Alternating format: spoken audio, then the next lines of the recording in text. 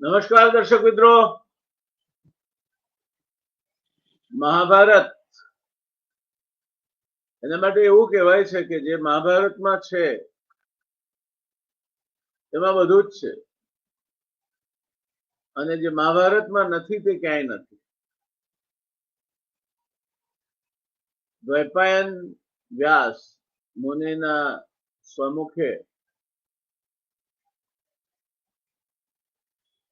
ઉપદેશાયેલું મહાભારત અને રામાયણ બે વચ્ચેનો ફરક એ છે કે વ્યાસોશિષ્ટ છે અને એટલે શાસ્ત્ર છે. રામાયણ વ્યાસોશિષ્ટ નથી. મહર્ષિ વાલ્મીકી અને ત્યાર પછી ગોસ્વામી તુલસીદાસજીએ એને રજૂ કર્યું છે, મહાકાવ્ય છે. આ મહાભારતમાં ઘણા કાવા દાવા ચાલે છે. મૂળ વાત એ છે કે જયારે માણસ કાવા દાવામાં પડે છે, પોતાના હકનું ન હોય તે પણ એને હડપી લેવું છે, અને જેની પાસે એને રોકવાના ક્ષમતા અને સત્તા બંને છે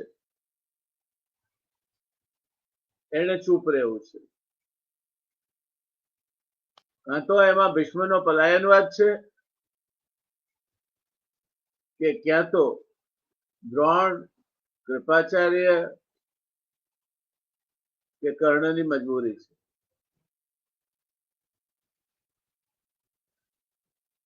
શાંતનું મત્સ્યગંધા સાથે લગ્ન કરી શકે તે માટે થઈને પોતે લગ્ન નહીં કરે,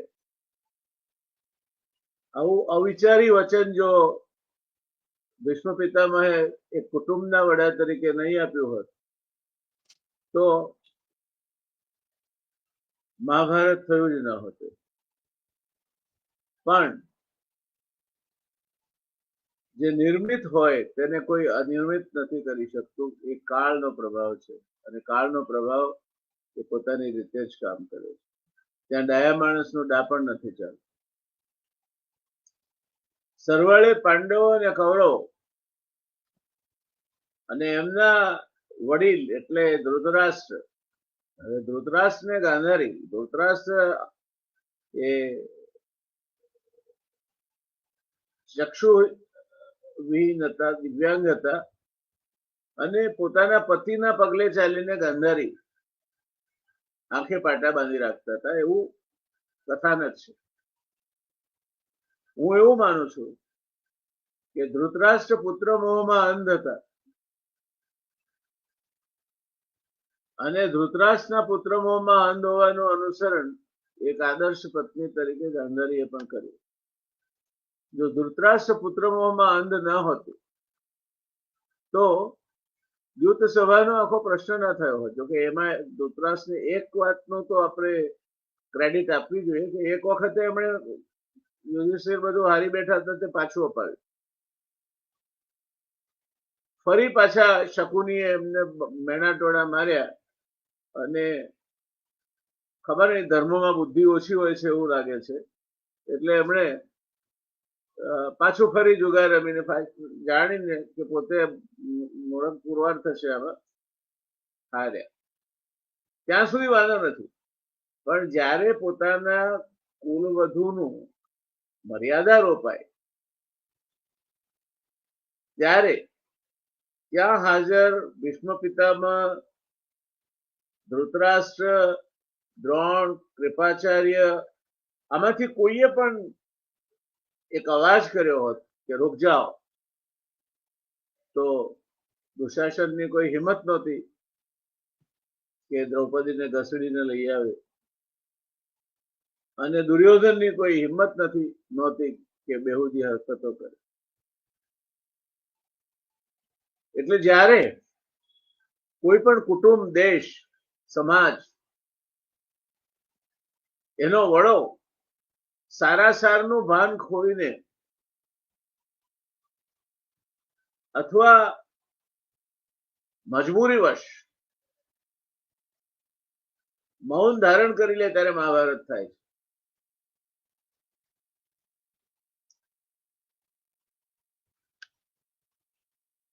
છેલ્લે એ ન થાય અને પાંડવોનું નિમિત્ત ન બને તે માટે ભગવાન શ્રી કૃષ્ણે છેલ્લો પ્રયત્ન કર્યો હતો.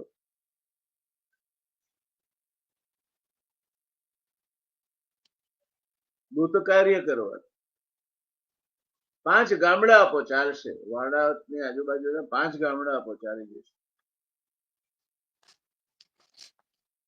દુર્યોધને આપવાની તો ના કહી, સોયના ટુચકા પર ચડે તેટલી જમીન પણ આપવાની ના કહી, પણ ઉપરથી કૃષ્ણને કેદમાં નાખવાનો મનસુબો ઘડ્યો એને. અને ત્યારે ભગવાને એને વિરાટ સ્વરૂપના દર્શન કરાવ્યા, જે એકલો જ અંજાઈ ગયો જેનાથી. તે દૂતકાર્ય નિષ્ફળ જાય જ્યારે બધા જ સમાધાન માટેના દરવાજા બંધ થઈ જાય. બિલાડી આમ તો ગભરું પ્રાણી છે, એને એક રૂમમાં પૂરી દો તમે ને બારી ખુલ્લી હોય તો ભાગી જાય. પણ એ જ ગભરું પ્રાણી જો બારી પણ બંધ થઈ જાય અને એને ભાગી છૂટવાના બધા જ રસ્તા બંધ થઈ જાય તો એ ગળે ઓળગી જનુની બની. 5 ગામડાથી વાત પતી ગઈ હોત તો કે એ કૃષ્ણને ખબર હતી કે નહીં પતે, પણ એ નહીં પતે. અને આ બધું ચાલતું હોય ત્યારે જેમ અર્જુન કહે છે કે નિમિત્તાની ચ પશ્યામી વિપરીતાની ચ કેશવ.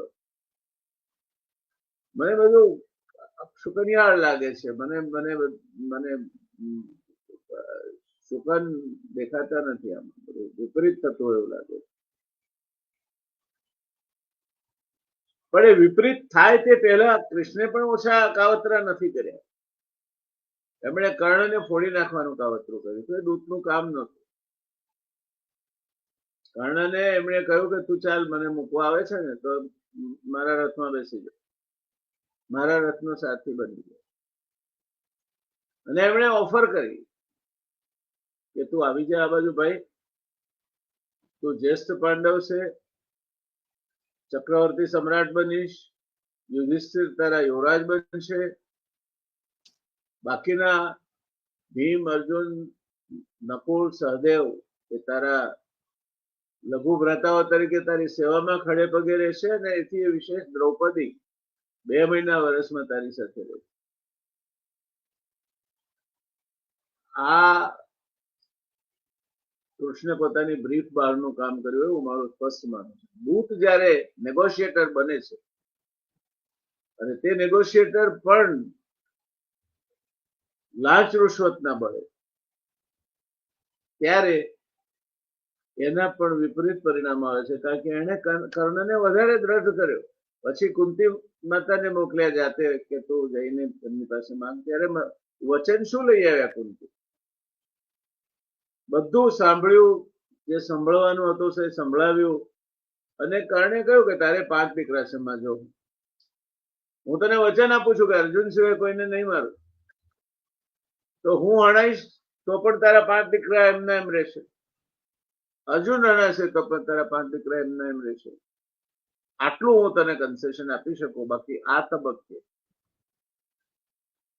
સૂતપુત્રમાંથી જેણે મને રાજા બનાવ્યો અને મારા માથે ગૌરવનો તાજ પહેરાવ્યો, એ દુર્યોધનમાં ગમે તેટલી ખામી હશે.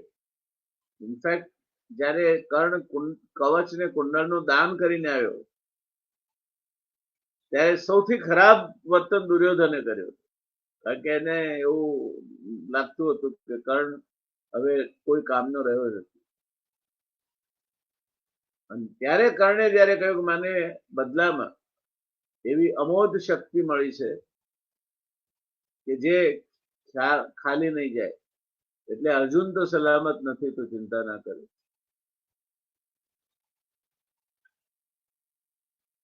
આ બધી બાબતો ના પાશ્ચાત ભૂમિકામાં નક્કી થાય છે કે મહાભારત હવે થઈને જ રહેશે. ત્યાં વળી પાછો એક પ્રસંગ બને છે. મહાભારત થાય છે તો પછી પોતાના પક્ષે કોણ રહે? યાદવ સેના તો બહુ શક્તિશાળી છે. દુર્યોધન કૃષ્ણ પાસે યાદવ સેના માંગવા જાય છે.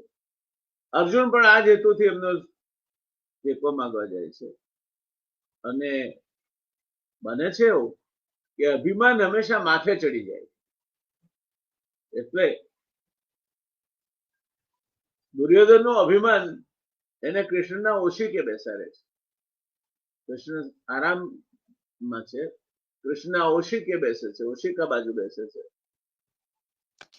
અને નમ્રતા હંમેશા માણસને પગ તરફ લઈ જાય. અર્જુન પાંજેત તરફ બેસે છે અને કૃષ્ણની જયારે આંખ ખોલે છે ત્યારે પ્રથમ અર્જુન પર પડે છે. અને દુર્યોધનની પ્રસ્તાવનાના જવાબમાં એ કહે છે કે પણ મેં અર્જુનને પહેલા જોયો છે. મારી એક જ શરત છે કે એક બાજુ મારી સેના રહેશે, નારાયણની સેના રહેશે ને એક બાજુ હું રહીશ. હું શસ્ત્ર નહીં ઉપાડું, પણ પહેલો માંગવાનો હક અર્જુનને છે, કારણ કે મેં એને પહેલા જોયો. વળી દુર્યોધનના પેટમાં ફાળ પડે છે. એવું લાગે છે કે નક્કી આમાં અર્જુન સેના જ માગી લે છે, બધી બાજી ઊંધી વળી જશે. પણ અર્જુને તો શ્રી કૃષ્ણને માગ્યો, કઈ વાંધો નહીં, લડશો નહીં તો કશો વાંધો નહીં, મને દોરવણી આપજો. દોરવણી આપનાર જો યોગ્ય હોય તો પણ માણસ તરી જાય છે. ચાણક્ય એટલે જ કહ્યું છે કે રાજા એની આજુબાજુ સાચું પણ કડવું કહેનારા માણસો રાખવા જોઈએ. અને અત્યારના રાજાઓની ભૂલો જ ત્યાં થાય છે. હમણાં જ સિરિયામાં બળવો થયો અને અત્યંત આતંકી જેને કહી શકાય એવો અલ અસાદ એનો જે સરમુખ હત્યાર હતો એ ભાગી છૂટ્યો. એને કરેલા કુકૃત્યોનું વર્ણન કરીએ વાંચીએ આપણે તો રૂવાડા ઉભા થઈ જાય. ટ્રમ્પના સલાહકારોમાં પણ જાત જાતના નામ આવ્યા છે. એમ સલાહકારો જયારે ખોટા ભેગા થાય ત્યારે તકલીફ થાય છે. આ દેશનો દાખલો મારે આપવો નથી, કારણ કે એને રાજકીય રીતે મૂલવવામાં આ પેનલ પરની ચર્ચાઓ ક્યારેય રાજકીય ચર્ચાઓ બનતી નથી. પણ રાજાએ એની આજુબાજુ સાચું પણ કડવું કહેનારા માણસો રાખવા જોઈએ. કૃષ્ણ સારથી બને છે અને મહાભારતના યુદ્ધનો પ્રારંભ થાય છે ત્યારે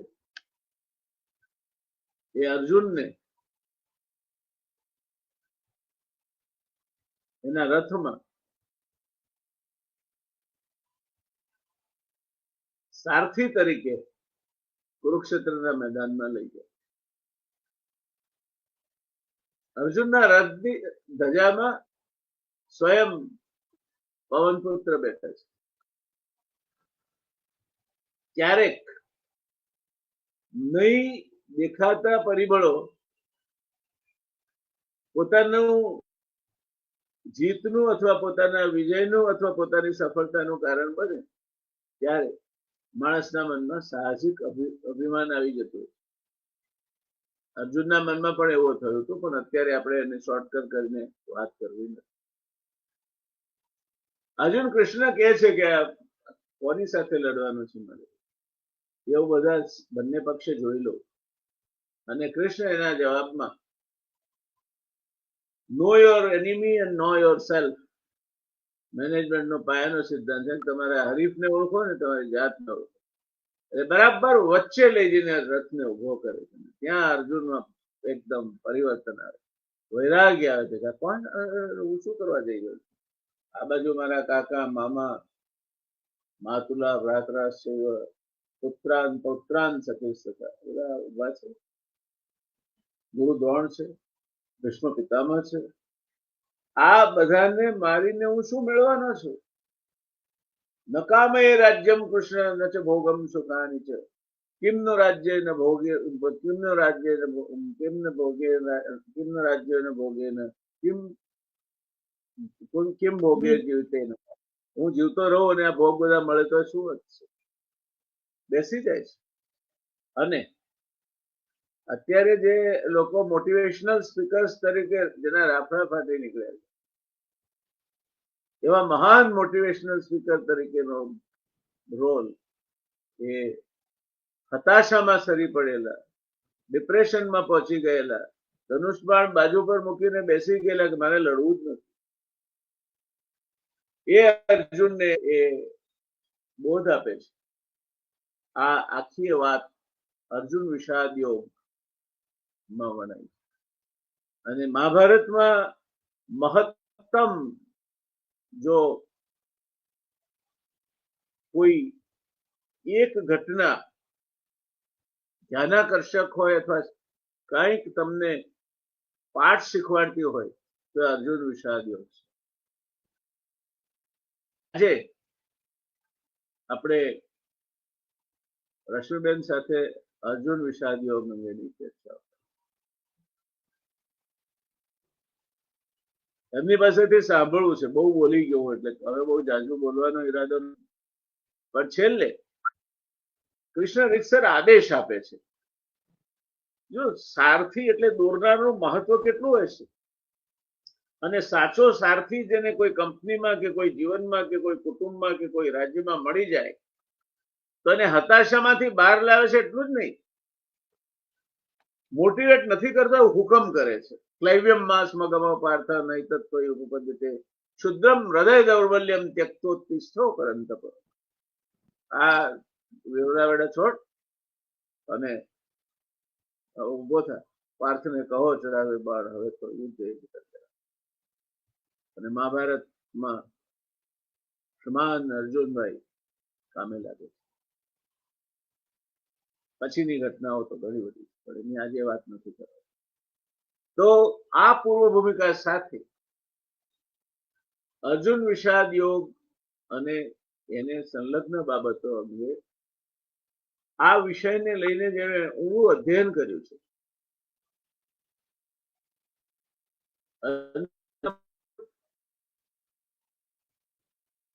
પાર્શ્વ પીઠિકામાં મને લાગે છે કે મહાભારતના અંકો દ્રષ્ટિમાન થાય છે. બ્લુ કલર વાળા હોઈ શકે, વંચાતો નથી, પણ ઓરિએન્ટલ ઇન્સ્ટિટ્યૂટ નામની સંસ્થા જેણે ઓથેન્ટિકલી મહાભારત વિશે સંશોધન કર્યું છે. આવી સંશોધનની દરખાસ્ત જર્મનોએ કરી હતી આપણે જયારે આઝાદ નહોતા ત્યારે, અને પછી બ્રિટિશ ચાર્ટરથી આની સ્થાપના થયેલી. એ મહાભારત 20 ભાગમાં છે અને એ મહાભારત પોતાની સાથે પોતાની પાર્શ્વ ભૂમિકામાં રાખીને રશ્મિબેન આજે આપણને અર્જુન વિષાદ યોગ વિશે કહેવાય. ત્યારે આપણે હવે એમને તક આપીએ. બાકીની જે કઈ વિધિ હતી, મારે રશ્મિની ઓળખાણ આપવાનો કોઈ અર્થ નથી. પોતે કાઉન્સેલર છે, કેરિયર કાઉન્સેલિંગ થી વાળીને કાઉન્સેલિંગના ક્ષેત્રે સુરતમાં એમણે પોતાનું મોટું ક્ષેત્ર જમાવ્યું છે. વિદુષી છે, સંસ્કૃત ઉપર સારી પકડ ધરાવે છે. આજે જ મારે વીર નર્મદ યુનિવર્સિટીના એક વિભાગના વડા સાથે વાત થઈ ત્યારે સ્વાભાવિક રીતે સાહજિક રીતે એમનો રેફરન્સ નીકળેલો. મેં કહેલું કે હા આજે મારા શોમાં આવવાનું હું ઓળખું છું. એટલે આ એમની ભૂમિકા છે. રિયલ ડિબેટના દર્શકો માટે રશ્મિબેન નવું નામ નથી, એમનું કામ ધૂમકેતુ જેવું છે. ધૂમકેતુ આવે પછી પાછો જતો રહે, પછી પાછો આવે પછી જતો રહે. ધૂમકેતુને પણ એની વ્યસ્તતાઓ હશે એવું ધૂમકેતુ કહેતો નથી, પણ આપણે માની. એટલે રશ્મિબેન, હવે આપ આ સમગ્ર ચર્ચાનું સારથી પણ સ્વીકારો અને અર્જુન વિષાદ યોગ ઉપર આપના મંતવ્યથી ધી રિયલ ડિબેટના અમારા દર્શકોને અને અમને માર્ગદર્શન ઓવર ટુ યુ. ॐ पार्थाय प्रतिबोधितं भगवता नारायणेन स्वयं व्यासेन ग्रथितं पुराणमुनिना मध्ये महाभारतम् अद्वैतामृतवर्षिणीं भगवतीम् अष्टादशाध्यायिनीम् अनुसन्दधामि भगवद्गीते भवद्वेषिणीम्. ગીતા મહાત્મ્યમાં શ્લોક છે અને તમે એટલી સરસ રીતે મહાભારતની પશ્ચાત ભૂમિકા બાંધી છે કે એમાં મને પોતાને ભૂલાઈ ગયો કે મારે આમાં બોલવાનું છે. So I was so much involved. So મજા આવી. હવે આજનો જે વિષય છે વધારે પડતો બોલી ગયો છું. એટલે મેં ક્લિયર કર્યું કે નહીં એ રીતે ને, પણ કેટલાક લોકોને સાંભળતી વખતે છે ને ઓશો જે કહેતા है कि सुनना ये कान की कला नहीं है, ये हृदय और चित्त के साथ जुड़ने की कला है. तो खबर ना પડે કે બીજું કશું યાદ ના રહે, કોઈ વિચારો ત્યારે સ્થગિત થઈ જાય અને એવી રીતે બહુ ઓછા લોકોને સાંભળવા ગમે છે. So I'm so happy for it. I feeling so blessed about myself.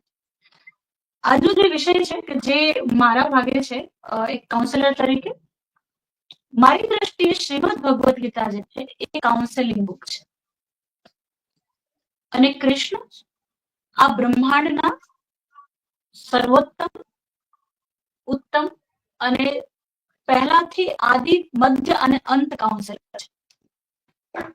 અત્યાર સુધી જેટલા આપણા દર્શક છે એનાથી લઈને મોટે ભાગે આ વાક્ય સાંભળતા સાંભળતા એને સત્ય તરીકે સ્વીકાર્યું છે બધાએ, પણ સત્ય છે એ સત્ય હોવાનું કારણ પણ છે કે એવું છે, એવું સાંભળ્યું છે બધાએ કે ભગવદ ગીતામાંથી કોઈ પણ પાનું તમે ખોલો, કોઈ પણ શ્લોક કાઢો તો એ તમને દરેક વખતે નવો અર્થ આપે, અથવા તો એવું વિચારો સમજીએ કે જે સ્થિતિમાં તમે હો એ પ્રમાણેનો અર્થ આપે. એટલે તમારી મનસ્થિતિને તમારી સામે મૂકે એના જવાબ તરીકે. અને કાઉન્સેલર એટલે શું? હું જ્યારે પણ કોઈ જગ્યાએ વક્તા તરીકે જાઉં ત્યારે હું એમને કહું છું કે સ્પીકર અને કાઉન્સેલર વચ્ચે ફરક છે. એક કાઉન્સેલર જ્યારે વાત કરે છે તો એ વાતને અંતે તમને એવું લાગે કે તમે એમાં હતા, તમારી જ વાત હતી, તમને આની જ જરૂર હતી. So counsellor is equal to your inner voice, તમારો અંદરનો અવાજ. એ તમને દોરી લાવે છે, તમને ઉપર સુધી સાફ કરીને લઈ આવે છે. એની રીત કઈ છે ને, એની રેસીપી કઈ છે એને ફિક્સ ના કરો, એ કાઉન્સેલર પર છોડી દો. કૃષ્ણ એ કાઉન્સેલર છે અને ભગવદ ગીતા કાઉન્સેલિંગ બુક છે. કાઉન્સેલિંગની શરૂઆત ક્યાંથી થાય અને કાઉન્સેલિંગની જરૂર કોને પડે? અમારે ત્યાં આવતા દરેક વ્યક્તિ સર બહુ જ સારી રીતે શિક્ષિત, બહુ જ સારી રીતે સ્વતંત્ર અને બહુ જ સક્ષમ હોય એવા લોકો જ અહીંયા સુધી પહોંચે છે. કારણ કે જે સમજી શકે છે, જે પોતાની અંદર જઈ શકે છે, જે ક્યાંક એથિક સાથે કનેક્ટેડ છે, એમના મૂળિયા મજબૂત છે, એમને જ એ સમજાય છે કે મને કશુંક થઈ રહ્યું છે, કોઈક તો મૂંઝવણ થઈ રહી છે અને આ મૂંઝવણ ગોસિપ વાળી નથી, આ મૂંઝવણમાં સોલ્યુશન જોઈએ છે. એમાંની કોઈ પણ વ્યક્તિ નબળી નથી હોતી જેને આ સમજ પડી રહી છે. અને આ ભગવદ ગીતાના પહેલા અધ્યાય વિષાદ યોગમાં રહેલા શ્લોકોમાંથી ડિપ્રેશનના લક્ષણો. તો સૌથી પહેલા તો ડિપ્રેશનના લક્ષણો જોઈ લઈએ. ડિપ્રેશનના લક્ષણમાં સૌથી પહેલા જે મૂડ છે એ મૂડ બહુ સેડનેસ પર જતો રહે, કશું કરવાની ઈચ્છા ના થાય, કશું ગમે નહીં, સેલ્ફ એસ્ટીમ બહુ લો થઈ જાય, ગિલ્ટ પ્લેઝર બહુ વધારે આવે. સેલ્ફ એસ્ટીમ લો થઈ જાય એટલે સેલ્ફ ડાઉટ બહુ જનરેટ થાય. કે હું જ નકામી છું, મારી સાથે જ આવું કેમ, બધા તો ખોટા નહીં જ હોય, તો પછી મારામાં જ કશું હશે, હું જ કોઈના કામની નથી. ડિસિઝન લેવામાં બહુ ડિફિકલ્ટી ફીલ થાય, આમ સમજ પણ પડે, પણ છતાંય એ ફોકસ ના થઈ શકે, એની ઉપર ટકી ના શકાય. બહુ જ એન્ઝાયટી ફીલ થાય. એન્ઝાયટી ને એ રીતે લઈએ તો કે અકળામણ ફીલ થાય, ઇરિટેશન બહુ ફીલ થાય, કશું કરવાની ઈચ્છા ના થાય, એમ થઈ જાય કે દુનિયામાં કશું કરવું જ નથી, જે હોય તે એમને જીવી લઈશું. સુસાઇડલ થોટ આવે કે શું કામ જીવવું જ જોઈએ, મારા જીવવાનો પર્પઝ શું છે, મને કશું જ નથી લાગતું કે મારા માટે કશું પણ બાકી રહ્યું છે, અથવા તો હું ક્યાંય પણ મહત્વનો છું. અને એની રિલેટેડ આને સાબિત કરવા દલીલો, એને સાબિત કરતી વાતો રજૂ થાય. એક વસ્તુ કન્ફર્મ થઈ ગઈ કે હું કામનો નથી, હું કામની નથી, હવે કન્ફર્મેશન બાયસ જેને કહેવાય, એને રિલેટેડ જ બધી બુદ્ધિ એમાં જ કામ કરવા માંડે, એના જ તર્કો શરૂ થાય. હાથ પગમાં ઝંઝણાટી થાય, ફિઝિકલ સિમ્ટમ જોઈએ તો, સ્કિન ઉપર ઉજરડા પડવા માંડે, અંદર બળતરા થાય, કશામાં પણ મજા ના આવે, બેઠા બેઠા પણ પગમાં ખાલી ચડવા માંડે, ચક્કર જેવું ફીલ થાય, પરસેવે રેબઝેબ થઈ જાય, પ્રેશર લો અને હાઈ થઈ જાય. હવે આ બધા લક્ષણો જે છે એ હતાશાના લક્ષણો છે, ડિપ્રેશનના લક્ષણો છે. ભગવદ્ ગીતામાં પહેલા અધ્યાયમાં જે શ્લોકો છે એ શ્લોકમાં 28મા નંબરના ઉત્તરાર્ધથી જે અર્જુન વાત શરૂ થાય છે. હવે આ જે હતાશા છે ને, ડિપ્રેશન છે ને, એ સામાન્ય બુદ્ધિઆંક ધરાવતી વ્યક્તિને આવતી નથી જલ્દી. આ પણ આપણે સમજી અને સ્વીકારી લેવું જોઈએ કે આ જેને સમજ નથી પડતી ને, જેને બહુ વિચારો, જેને આપણે એવું કહીએ છીએ કે આ લોકોને શું ફેર પડે છે, આ લોકો શું જિંદગી જીવી રહ્યા છે, જેમને જોઈને સામાન્યતઃ લોકો એવું માની લેતા હોય છે કે અમને જીવવાની ભાન નથી પડતી, એવા લોકોને ડિપ્રેશન આવતું જ નથી. તો બહુ સક્ષમ, સેલ્ફ મેડ, નિર્ણય લેવામાં ખૂબ પાવરફુલ, જે હંમેશા મોટે ભાગે સત્ય સાથે વળગી રહ્યા છે, જેમના એથિક્સ બહુ ક્લિયર છે, રૂલ્સ એન્ડ રેગ્યુલેશન બહુ સ્પષ્ટ છે, અને ખૂબ મહેનતુ વ્યક્તિ છે, ખૂબ યોગ્ય વ્યક્તિ છે, સમાજમાં ઘણું બધું લોકોને હેલ્પફુલ થઈ રહે છે, જે બહુ ઉત્સાહી દેખાય છે, જેને મળવા માટે લોકો એવું કહેતા હોય છે કે આમને મળીને મજા આવી જાય. એવા લોકોમાં કોઈ એક પોઈન્ટ ઉપર આ ડિપ્રેશન આવવાની શક્યતા મહદઅંશે છે, પણ જેની સમજ પણ બધાની સામે પ્રગટે નહીં.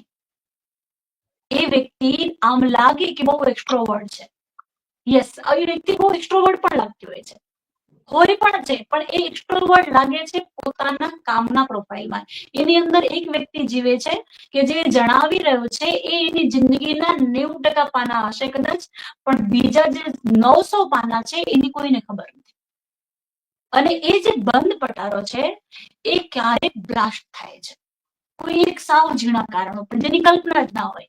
એવું હોય કે આ પોઈન્ટ પર તો ના થાય આવું, પણ ત્યાં જ પણ સામે યોગ્ય વ્યક્તિ હોય તો એનું આ નીકળે, તો કેથાર્સિસ થઈ શકે. અને counsellor that means a trained listener.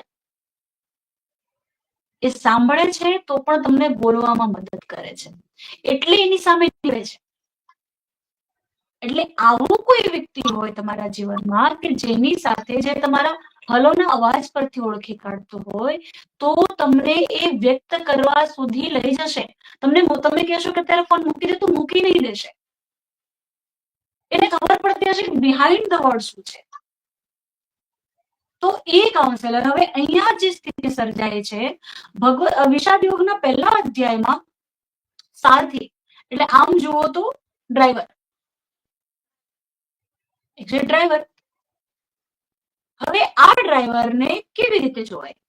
મારી સમજ પ્રમાણે આ ડ્રાઈવરને જોવું એટલે કે તમારા લગ્ન છે અને તમારા લગ્નમાં બધા જ બહુ એક્સાઇટેડ છે, એમાં તમારો જ એક ફ્રેન્ડ છે તમને એવું કહે છે કે તારા લગ્નમાં ગાડી તો હું ચલાવીશ. એટલે ઓપન કારમાં તમે ડાન્સ કરો છો ઉભા થઈને, અને તમારી બાજુમાં તમારો ફ્રેન્ડ ડ્રાઇવિંગ સીટ પર છે. હવે એ ડ્રાઇવિંગ સીટ પર બેસનાર ફ્રેન્ડને તમે ડ્રાઈવર ગણી શકો? ના. તમને ખાતરી છે કે તમે ગમે તેટલું નાચશો કૂદશો ને તો પણ એનું બેલેન્સ નહીં ખોરવાય, એ તમને કઈ જ નહીં થવા દે. એ આ સારથી છે. એટલે બહુ જ ઘનિષ્ઠ મિત્ર, વિશ્વાસુ મિત્ર, જે ફ્રેન્ડ ફિલોસોફર છે.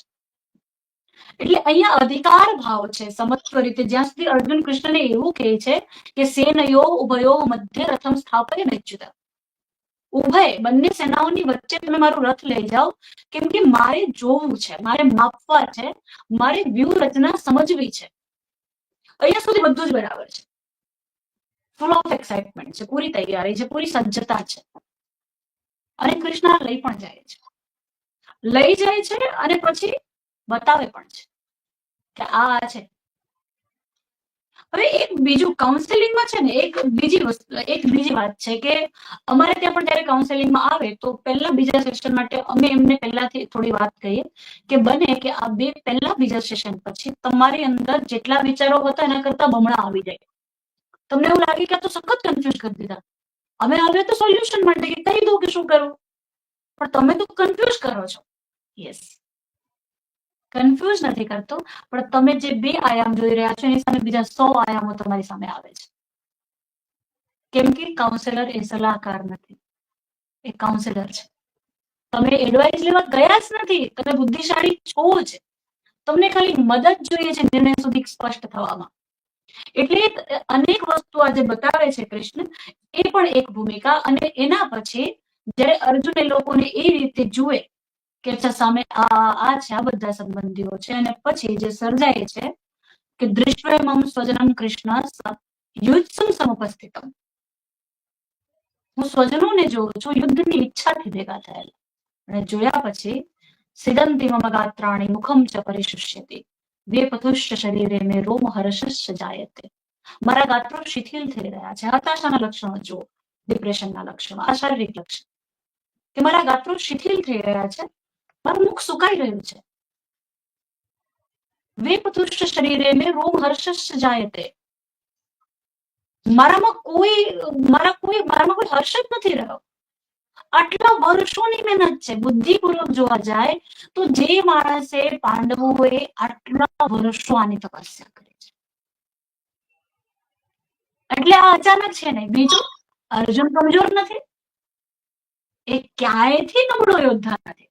એ મહાદેવ સામે એને યુદ્ધ કર્યું છે, એનું સંયમ ઓછું નથી, એને ઉર્વશીને ના પાડી છે, એના બદલામાં એને શાપ સ્વીકાર્યો છે, શાપ એના માટે વરદાન બન્યો ઇન્દ્ર દ્વારા, પણ એનો સંયમ ગજબ છે.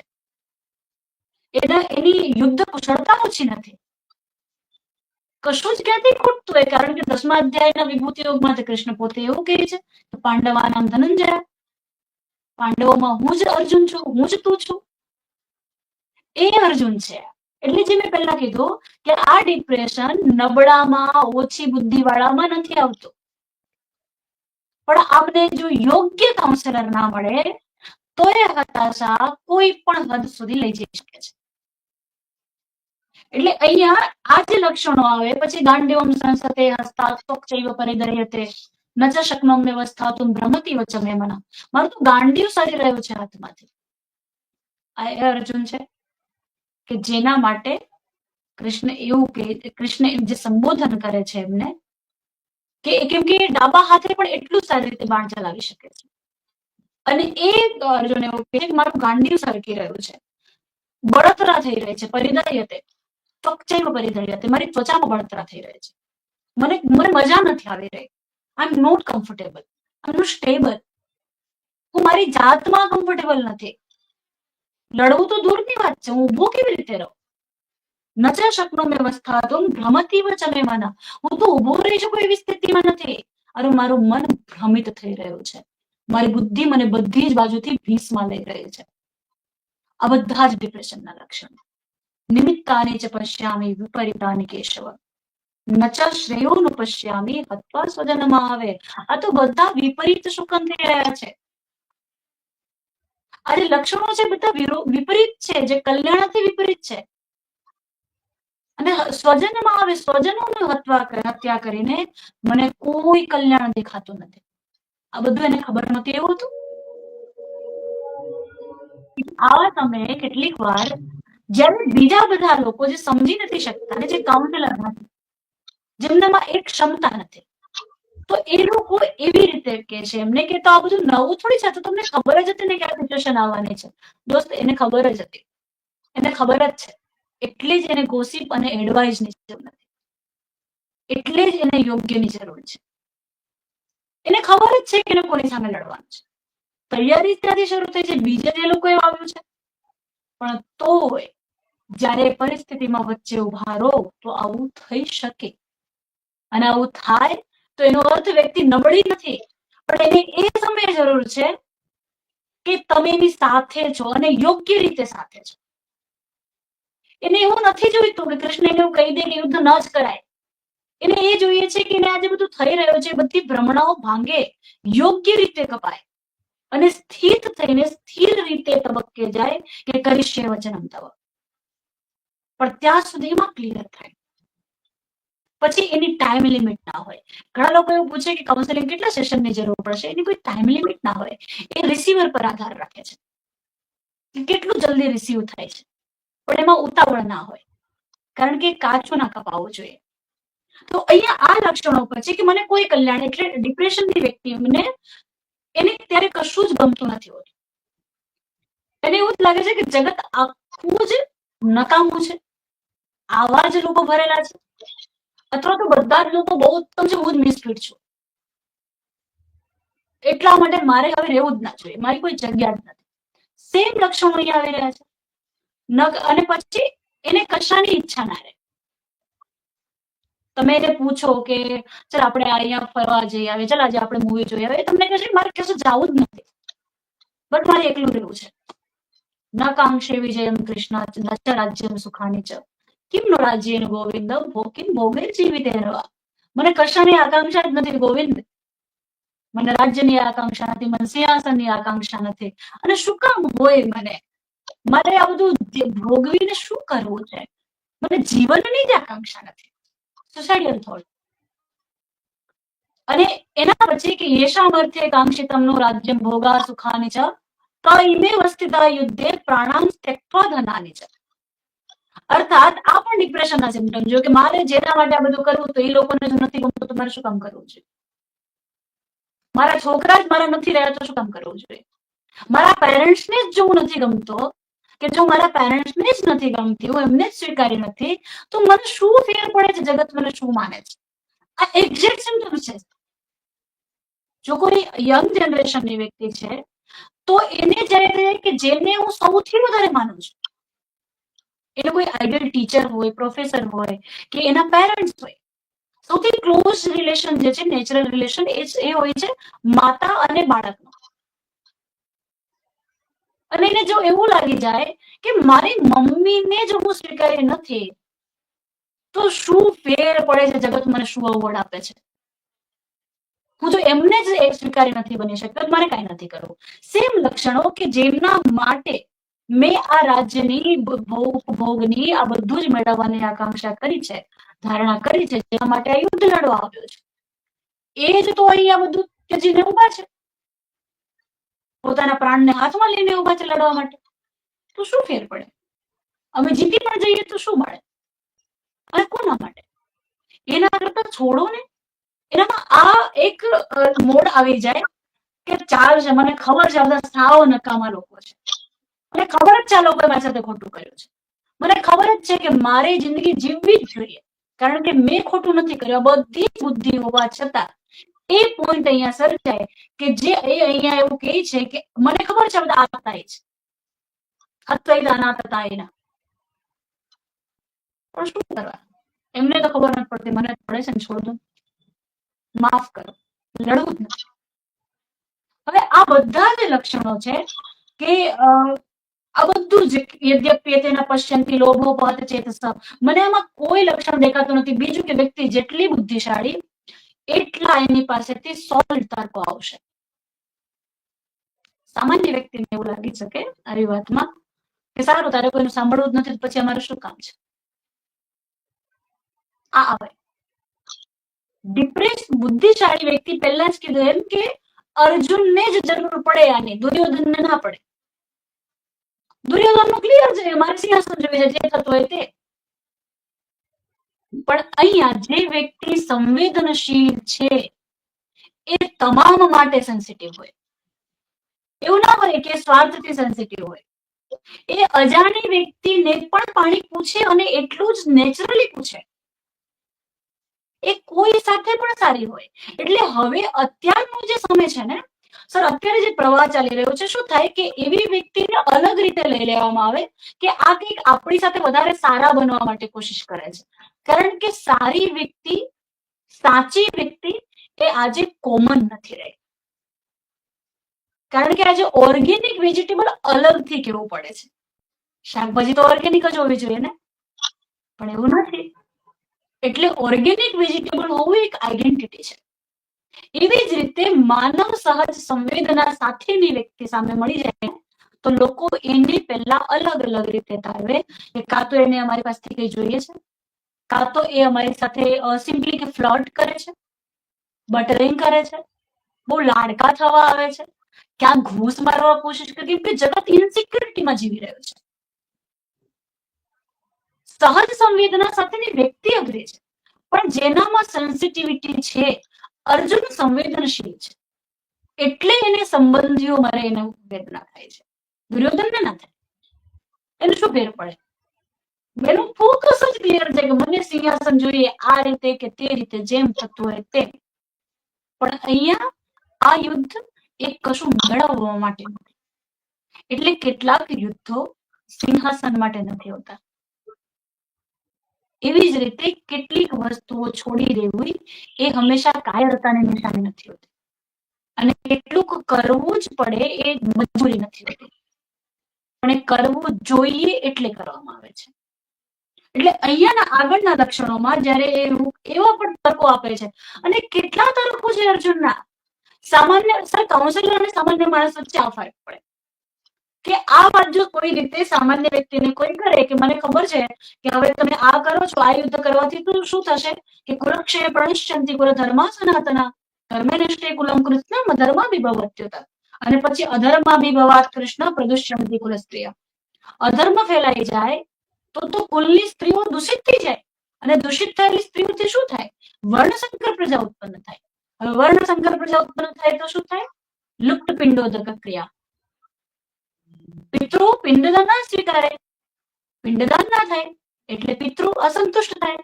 હવે અસંતુષ્ટ પિતૃઓ અમને વરદાન ના આપે, અમને આશીર્વાદ ના આપે, એટલે અમારું કલ્યાણ ના થાય. આ તો આખું જ વિનષ્ટ થઈ ગયું.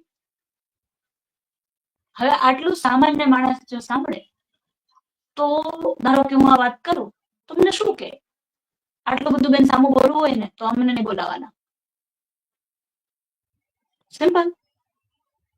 આટલું જ તમારું મગજ ચાલતું હોય, તમને લાગે છે કે તમને એકલાને બધી સમજ પડે, તમને આટલી બધી સમજ પડતી હોય તો આટલી બધી અમારે નથી સાંભળવું. ક્લિયર?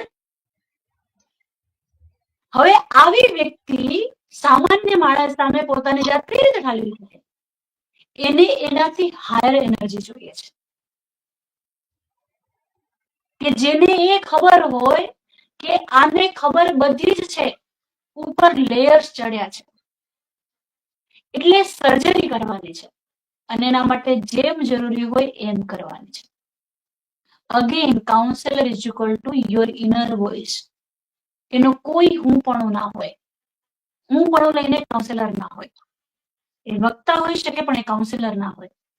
અને એટલે જ કૃષ્ણ જરૂર પડે તો પોતાનો પરિચય 10મા અધ્યાયમાં જઈને પણ આપે છે કે હું આ છું.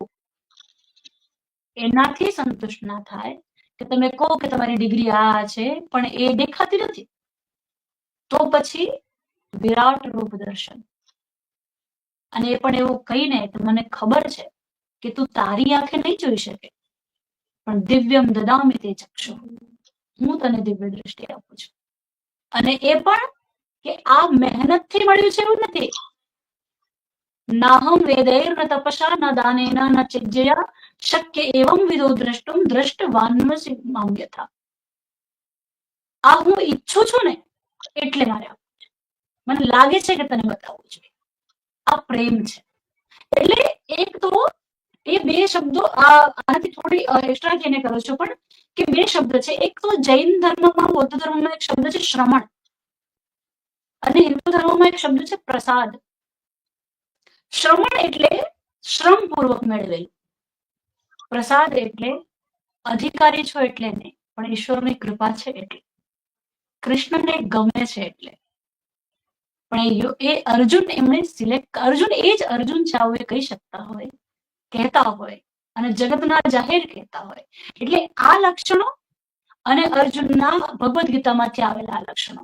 અગેન પહેલા પણ આપણે વાત કરી છે કે કાઉન્સેલિંગ એ પાશ્ચાત્યમાંથી આવેલો વિષય નથી, આ શબ્દ ત્યાંથી આવ્યો હશે, પણ એ ભારતીય શાસ્ત્રમાં, ઉપનિષદમાં, ભગવદ્ ગીતામાં અને વેદોમાં પણ કાઉન્સેલિંગની પરંપરા બહુ પ્રાચીન રહે છે, અને ભગવદ્ ગીતામાં તો બહુ પ્યોર કાઉન્સેલિંગ રહ્યું છે.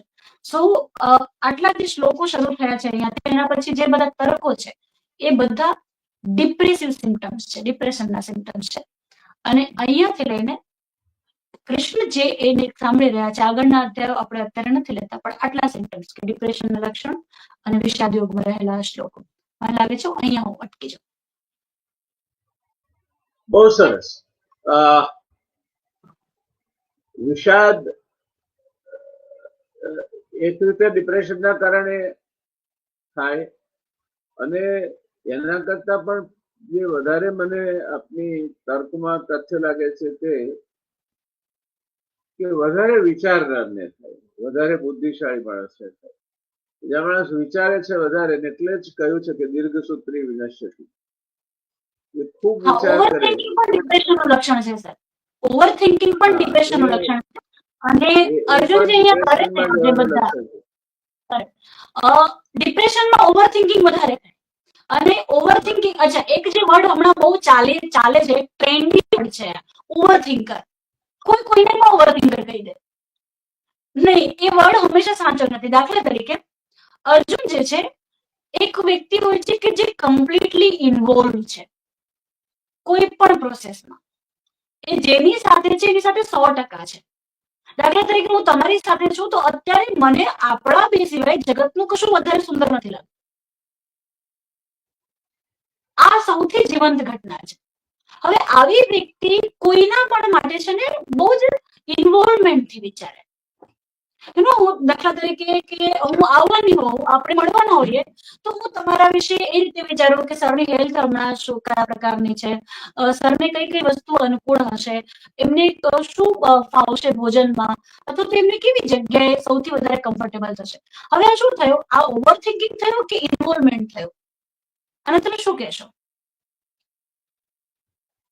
નહીં, ઓવરથિંકિંગ નહીં ગણું હું એને, એટલા માટે કે એ પ્લાનિંગનો ભાગ છે, કન્સર્નનો ભાગ છે. પણ અર્જુનનું કન્સર્ન જુદી જાતનું છે. એ એટલે એને કશું જોઈતું જ નથી. એ કિમનો રાજ્ય ને ગોવિંદ કિમ ભોગેર જીવ તેનો કહીને ઉભો રહે છે. હી ટેક્સ ધ એક્સ્ટ્રીમ પોઝિશન. અહીંયા ડિપ્રેશનના લક્ષણો છે, પણ આ જ અર્જુન પહેલા જયારે બધું કામ કરે છે, હું ખાલી દર્શક મિત્રો માટે આ સ્પષ્ટતા કરું છું કે આજે હંમેશા આપણે ઓવરથિંકર કહી દઈએ ને કોઈને, એવું કહી દઈએ એનાથી પણ એ વ્યક્તિને ડિસ્ટર્બન્સ થાય. ખાસ કરીને જયારે તમારી પર વિશ્વાસ હોય અને તમે એને જે કહો છો એનાથી એને અફેક્ટ કરે છે. એટલે એ વ્યક્તિ તમારા વિશે બહુ કે તમારી વિશે કે એની સાથેની નજીકની વ્યક્તિઓ અંગે જો એ બહુ સભાન છે અને એમને માટે એ ઇન્વોલ્વમેન્ટ કરે છે, પોતાની જાતને એમાં ઢાળે છે. એક તો બીજી વસ્તુ કે દરેકની ક્ષમતા અલગ અલગ છે. કોઈની ક્ષમતા 10ની છે, કોઈની 100ની છે. એટલે કોઈ 10 સુધી, કોઈ એવું વિચાર્યું કે અચ્છા સરને ટ્રેનની ટિકિટ બુક કરાવી દઈએ, બસ આટલું કર્યું, આ એનું કન્સર્ન છે, પૂરું થઈ ગયું. સરને રિસીવ કરવા માટે માણસ જતો રહેશે. આ બીજું તો આ પણ પ્લાનિંગ છે સર, પ્લાનિંગમાં આવું જ આવે. ત્રીજું કે સરને અહીંયા, ઓકે સરને તો ગુજરાતી ફાવશે, ઓકે ગુજરાતી થાળી આ સારી છે, અહીંયા જમાડ દે, થઈ ગયા, 3 સ્ટેપ જ થયા.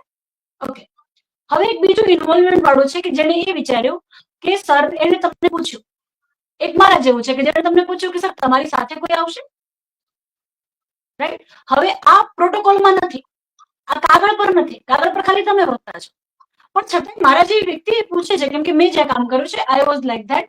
અને ટચવુડ કે મેનેજમેન્ટ ઓલવેઝ આ વસ્તુને સપોર્ટ કરતી હતી. તો હું એવું પૂછું કે સર તમે તમારી સાથે કોઈ આવશે, ફાઇન. હવે હું ટિકિટ બુક કરતી વખતે પણ એ જોઉં કે એક વિન્ડો સીટ મળે.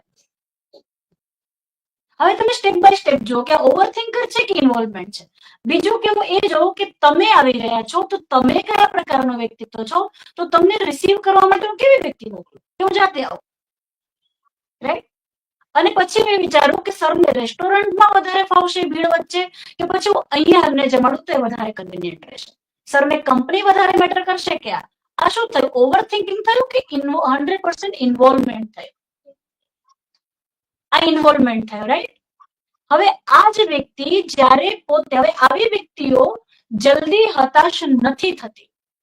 લોકો આમને ફાઇટર તરીકે ઓળખતા હોય છે. આ એમની બાહ્ય ઇમેજ હોય છે. આ દર્શક મિત્રો માટે બહુ જ કન્સર્નથી કહું છું કે ફાઇટર તરીકેની ઇમેજ એમની હોય છે. એમને લોકો એક આઇડલ તરીકે જોતા હોય છે કે આના જેવી હિંમત વાળું થવાય.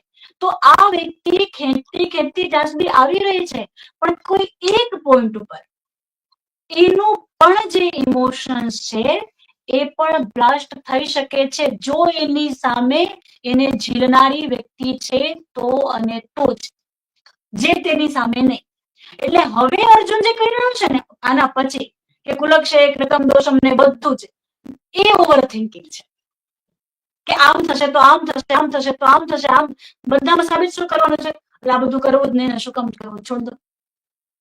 એટલે પછી ઓવર થિંકિંગ એમાં તો શરૂ થાય. બહુ સરળ વાત છે. અર્જુન વિષાદ યોગમાં તો અર્જુન નિર્ણય લઈને બેસી ગયો છે કે મારે લડવું જ નથી.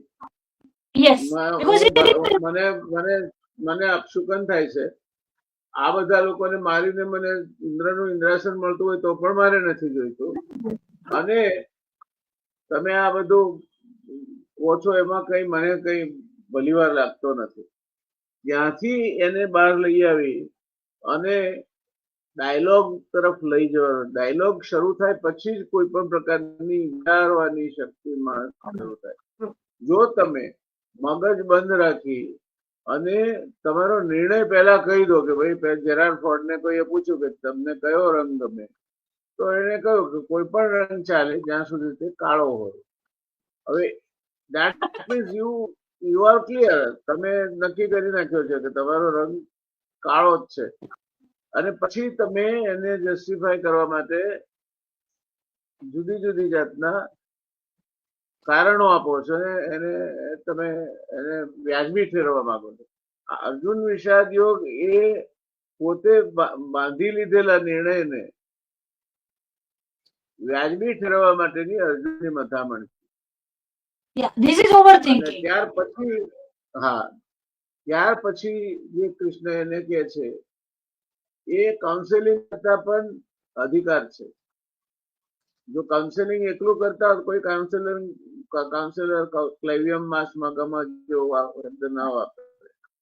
કાઉન્સેલર એટલે અત્યારે મેં છેડ્યો નહીં કેમ કે આપણો વિષય આજે આપણે છેલ્લા અધ્યાય પર રાખ્યો તો ટાઈમ પણ ટીક થાય છે. તો પણ કાઉન્સેલર એક બહુ વાઇડર લેન છે અને એનો અર્થ જ એ છે કે સામેવાળાને ઉપર લાવવા માટે જે જરૂરી હોય એ કરવું, એને જે વસ્તુ પિંચ કરતી હોય એ કરવું.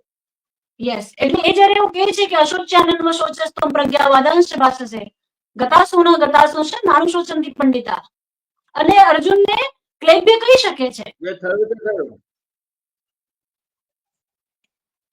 ગતમ ને શોચામી કૃતમ ને મન્ય જેવી વાત છે કે તારે જે થઈ ગયું એની તું ચિંતા કર્યા વગર તારું કામ અહીં યુદ્ધ કરવાનું છે.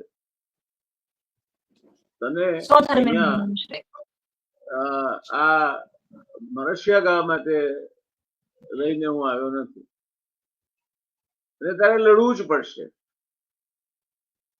એ એક માઇનસ માંથી પ્લસમાં જવાની પ્રક્રિયા આપણને અર્જુન વિષાદ શીખવાડે છે. અને યુ વેરી રાઇટલી સેડ કે માણસ જેટલો વધારે સંવેદનશીલ એ જ માણસ બની શકે કે વિચારી શકે. વિચારી માણી શકે કે જે જરૂરિયાત કરતા એબાઉ એવરેજ જેની બુદ્ધિ ચાલતી હોય. એટલે બિયોન્ડ એ પોઈન્ટ હંમેશા કોઈ પણ વસ્તુ in excess always is harmful. એમ બિયોન્ડ એ પોઈન્ટ માણસમાં જયારે બુદ્ધિ હોય ત્યારે એ કાં તો રચનાત્મક કામ કરે, કાં તો ખંડનાત્મક કરે, અને બેની વચ્ચે જયારે આવી જાય ત્યારે હતાશામાં આવી જાય. ટ્રુ, બિલકુલ. આઈન્સ્ટાઈન નું કામ હોય કે આર્કિમિડીઝ નું, એ કામમાં અનેક વખતે નિરાશ થાય છે. અને તમને વીજળીનો બલ્બ જેને શોધ્યો થોમસ આલ્વા એડિસને, 1000 વખત નિષ્ફળ ગયો. અને એને કોના કોઈ મિત્રે કહ્યું કે આટલી બધી વખત તો નિષ્ફળ, કે હું ક્યાં નિષ્ફળ ગયો છું, મેં વીજળીનો બલ્બ કઈ રીતે ન બને એની 2000 રીત શોધી કાઢી, એટલે હું નિષ્ફળ નથી ગયો. હાય, એટલે આ જે વાત છે એની અર્જુનની, એની સાથે ક્યાંક ને ક્યાંક છેડો જોડે છે, પણ ડિટેચમેન્ટ જોડે છે. એ ડિટેચ થઈ જાય છે પેલા, અને પછી એમાંથી એ વધારે જોખમી છે, કારણ કે જે માણસ નક્કી કરીને જ બેઠો હોય કે હવે જીવવા જેવું છે જ નહીં, આજે એટલે જે બહુ સર્જનાત્મક કામો કરતા હોય ને, બહુ ક્રિએટિવ બ્રેન વાળા હોય, અને બહુ ક્રિએટિવ બ્રેન જયારે હતાશાને પોઈન્ટ પર આવે. આજે આપઘાત પણ હિટલરે કેમ કર્યો? કરેક્ટ. કારણ કે એ ઓથોરિટેરિયન હતો. અરે એને પશ્ચિમી સ્થિતિ એવું જ બનાવવું. કોરિયામાં હમણાં માર્શલ લો ક્લેમ થયો અને પછી પાછો ખેંચી લેવો પડ્યો, તો એના ડિફેન્સ મિનિસ્ટરે આપઘાતનો પ્રયત્ન કર્યો. હવે દેશનો સંરક્ષણ પ્રધાન એટલે કેવો આપણે લોખંડી માણસ તરીકે એને જોઈએ, એ આપઘાતનો પ્રયત્ન કરે ત્યારે એ કેટલો ભાગી પડ્યો હશે. એટલે માણસ વધારે પડતો બુદ્ધિશાળી હોય, વધારે પડતો સંવેદન એક્સ્ટ્રા સમથિંગ, એ નકામું પડે છે.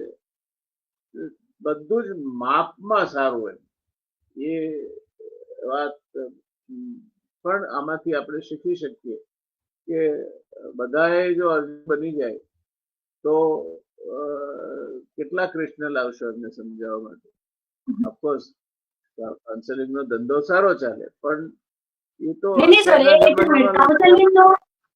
કાઉન્સેલિંગ ના ધંધામાં પણ છે ને સર, આ ટેગ સાથે એકચ્યુઅલ કાઉન્સેલર, કેમ કે જે મોડર્ન સાયકોલોજી ના નામ પર એમાં ટર્મ્સ તમને વધારે મળે, ડિગ્રી વધારે મળે, પણ જ્યાં સ્પિરિચ્યુઅલ સાયકોલોજી નથી ને, ત્યારે એ ખાલી સ્કીન ની ઉપરનું લેયર સાફ કરવાનું કામ થાય છે, અને વારંવાર એ આંચકા આવતા રહે છે.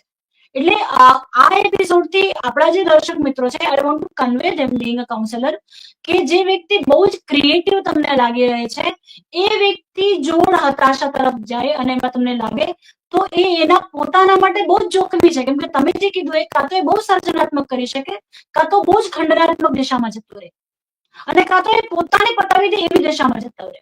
એટલે એને ત્યારે બહુ જ યોગ્ય વ્યક્તિની જરૂર હોય છે. તો એને ત્યારે બિલકુલ ગ્રાન્ટેડ ના લેવું, અને એને યોગ્ય ડાયલ્યુટેડ લાગે છે. એને અતિ ઉત્તમ વ્યક્તિની જરૂર છે. Best out of the lot available. એને સામાન્યથી બહુ ઉપર વ્યક્તિની જરૂર છે.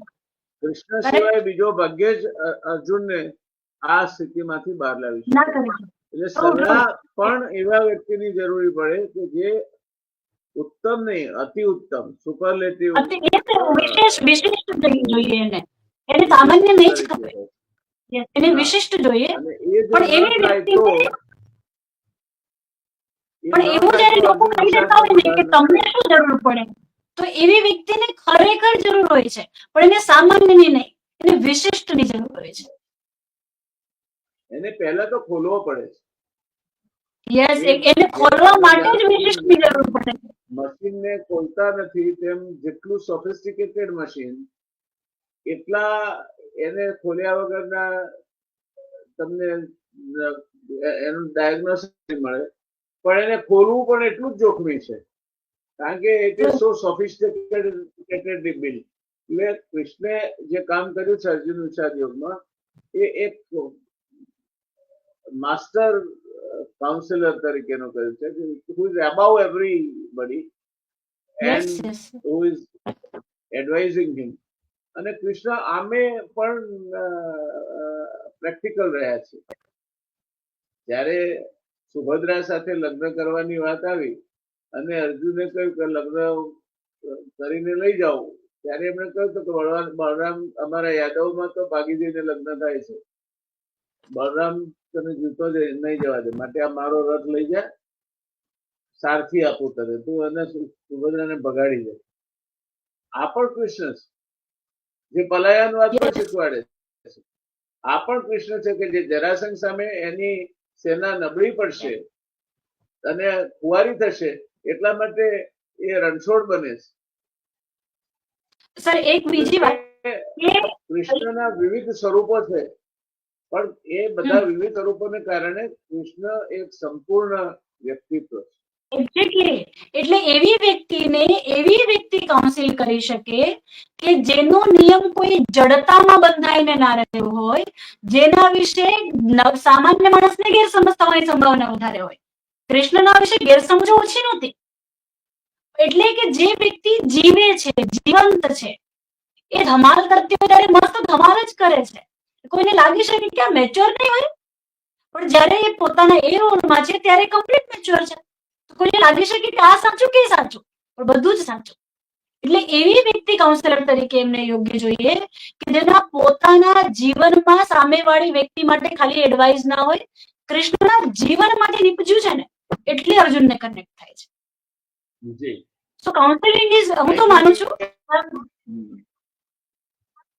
આપણે યસ સર, કદાચ સમય આપણને રોકે છે, યસ યસ, આપણે પૂરું અને કરીએ. આગળ વધારીશું ચોક્કસ, કારણ કે મહાભારત અને ગીતા એ હંમેશા મારા પ્રિય વિષય રહ્યા છે. અને એટલા માટે કે તમને ઘડે છે, લાડ પણ કરે છે, તપારે છે પણ ખરા, અને ક્યારેક વખત આવે તમને ધક્કો મારીને છોડી પણ દે છે. આ બધા જ સિચ્યુએશન એમાં આવે છે. પણ એનો એક મહાભારતનો કેન્દ્રીય સંદેશ, કેન્દ્રવર્તી સંદેશ હોય તો એક જ છે કે મિત્રો જ્યારે દુશ્મન બને છે ત્યારે સર્વ સત્યાનાશ સર્જાય છે. એ પછી દ્રોણ અને દ્રુપદ હોય, કર્ણ અને અર્જુન હોય, તો ભાઈ હતા. મૈત્રીની પરાકાષ્ઠામાંથી દુશ્મનીની પરાકાષ્ઠામાં સરકી જતા ઘણા લોકો એવા હોય છે કે જે કોઈ કલ્પી ના શકે કે આટલા કટ્ટર દુશ્મન બની છે. તો કરીશું ચર્ચા એની ફરી કોઈ વાર. ખૂબ ખૂબ આભાર આપનો. બહુ જ સરસ રીતે છણાવટ કરીને અર્જુન વિષાદ યોગ અને ડિપ્રેશન સાથે સાંકળીને કોણ વધારે ડિપ્રેશનનો શિકાર બને એ બાબતે જે વાત મૂકી, ખરેખર ઘણા બધા દર્શક મિત્રોને એમાં દિશા સૂચન મળી રહ્યું છે, દિશા સૂચન સાંપડ્યું છે. અને આ શોનો ઉદ્દેશ છે કે જેમાં રાડારાડી કરવી, કહેવાતી ચર્ચાઓના નામે એકબીજા પર આક્ષેપ કરવા, અધકચરું જ્ઞાન પીરસવું, એના બદલે એક વિષય લઈને એને જે તે વિષયના નિષ્ણાત પાસે મૂકી અને દર્શક મિત્રો સુધી લઈ જવું, જેથી એમને પણ જીવનમાં ઉપયોગી થાય, એ આ રિયલ ડિબેટના શોનો કેન્દ્રીય વિચાર છે, કેન્દ્રવર્તી વિચાર છે. તો આજે આપે એ માટે સમય ફાળવ્યો, આપનો ખૂબ ખૂબ આભાર. દર્શક મિત્રો, આપે પણ આ શોને સાંભળ્યો એ માટે આપનો પણ આભાર. આપ સૌને ધન્યવાદ. શુભરાત્રી.